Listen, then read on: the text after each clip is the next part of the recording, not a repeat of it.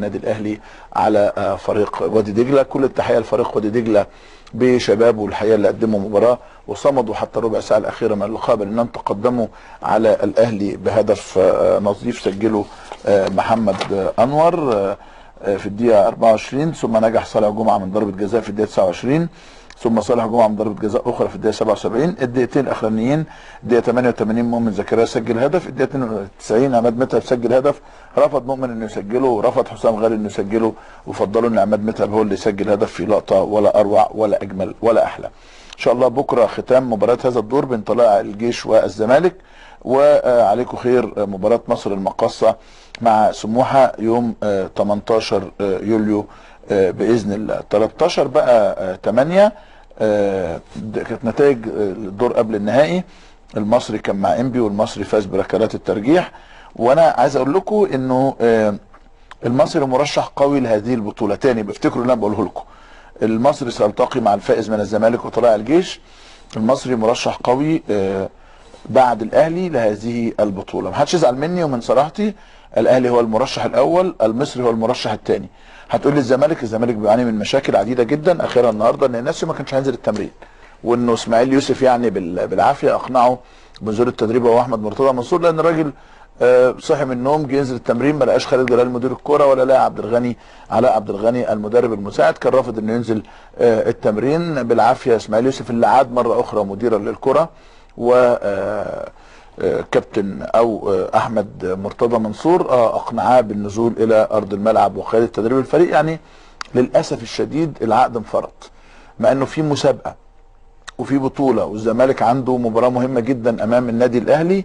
وانا برضو بقول لنادي الزمالك، وقلتها للمستشار مرتضى في التليفون وبقولها على الهواء مباشره، الزمالك سيواجه يوما صعبا امام الاهلي في مباراته امام الاهلي يوم الاثنين المقبل باذن الله.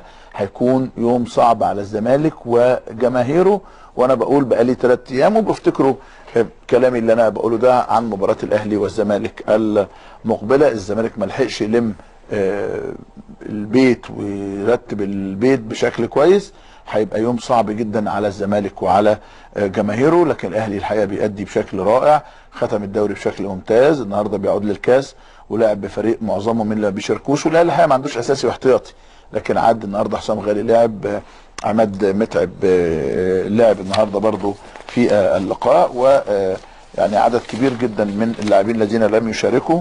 يعني بدأ المباراه بمحمد الشناوي، باسم علي، صبري رحيل، لعب رامي ربيعه، سعد سمير، حسام عاشور، حسام غالي، مؤمن زكريا، صالح جمعه، ميدو جابر، عمرو جمال، كريم ندفد نزل بدل من ميدو جابر في الدقيقه 63، عماد متعب بدل من صالح جمعه في الدقيقه 82، اكرم توفيق بدل من عمرو جمال في الدقيقه 90. في المقابل محمود رضا، بسام وليد، احمد العش، محمد انور، عبد الرحمن يوسف، محمد عبد العاطي، يوسف حسن، محمد هلال، كريم ممدوح، عمر مرموش، ابراهيم انداي.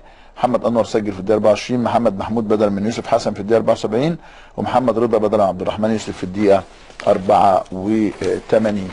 ده اللي حصل النهارده في هذا اللقاء. ميدو بعد المباراه قال احنا اللي بيحصل في الكره المصريه لا يحدث في دوله صغيره من حيث التنظيم او تغيير المواعيد.